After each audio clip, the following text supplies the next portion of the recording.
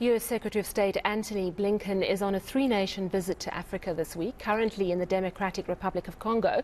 When he spoke in South Africa on Monday, he said the USA would not dictate Africa's choices. South Africa has maintained neutrality on Russia's invasion of Ukraine, refusing to publicly criticize Moscow. Well, I'm joined now by Dr. Bob Wekesa from the African Center for the Study of the U.S., based at Wits University. Dr. Wekesa, thank you so much for your time.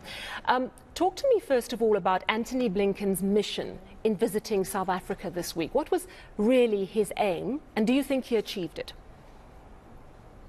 I think he had several goals, but none as important as using South Africa as a platform to launch the U.S. strategy towards Africa.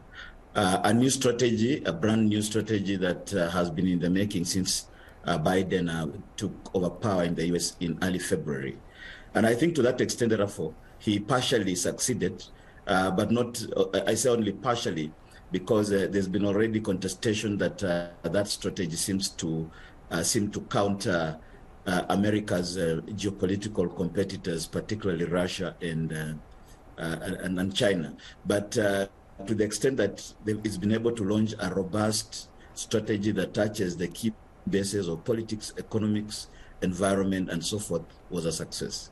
But I think the second agenda was specific to South Africa under this U.S.-South Africa strategic dialogue.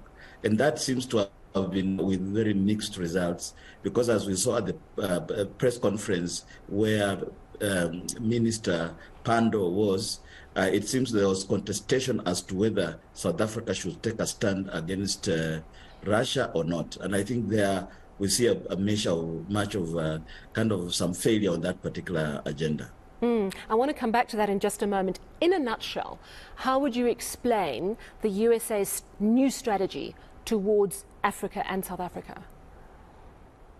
I think that in a nutshell, this new strategy, as a strategy, it kind of resets the relation, because now there's a language of partnership and equal treatment of each other between the U.S. and Africa. This is not language that we've seen in the past.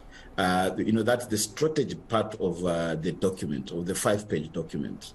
But in terms of the U.S. trying not to go towards countering Russia and China, that is still in the document as one of the key goals. And I think that is likely not to be received very well, particularly at the leadership level on the African continent. I think Africans have expressed the desire over and over again to have the free will to choose. And Blinken said as much, but the document itself mentions Russia and China several times as being malign influences on the continent and so forth. Yeah, I mean, that's so interesting that you say that. I mean, you mentioned Naledi Pandor. She gave such a strong speech about South Africa and Africa not being bullied by other countries. Blinken himself saying the United States is not going to dictate to you. Ultimately, though, if we move diplomacy aside, do you think the USA will accept that? I mean, if you read the ANC's policy document and what they say about Russia, they're not neutral. They're actually fairly pro-Russia. They talk about NATO provoking Russia into the Ukraine attack.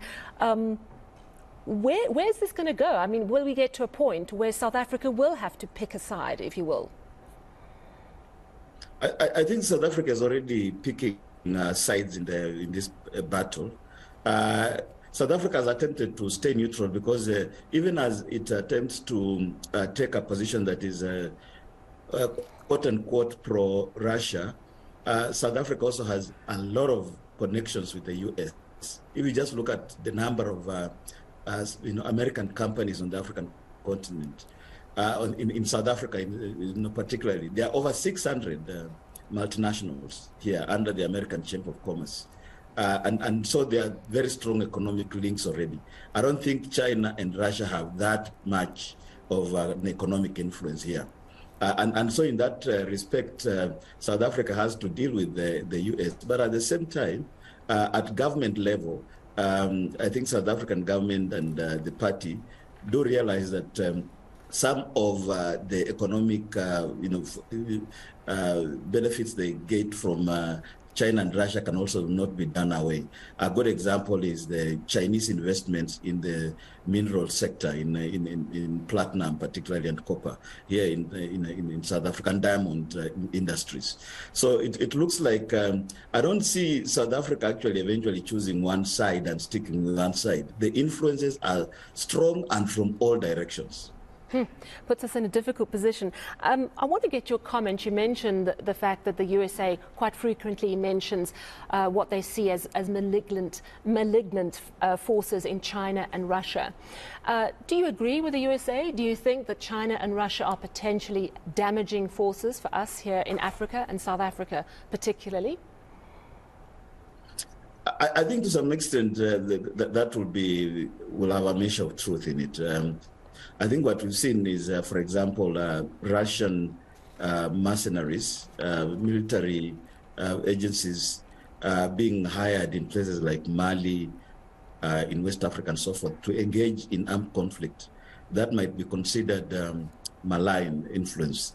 We have also seen, to some extent, countries that are undemocratic seem to avoid dealing with the U.S. and Zimbabwe is a good case in point, and then work more with China. So to some extent, countries that are not that are repressive, that are autocratic and so forth, are likely to go with China, and that might be on the basis of the influence that China has here.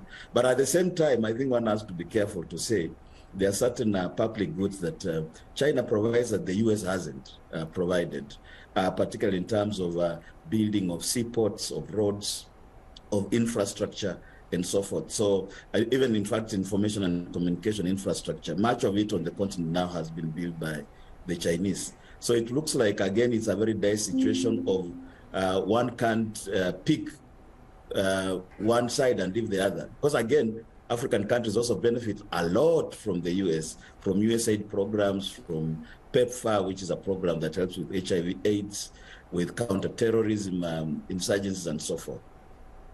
Delicate balancing act. Thank you so much for chatting to us this evening.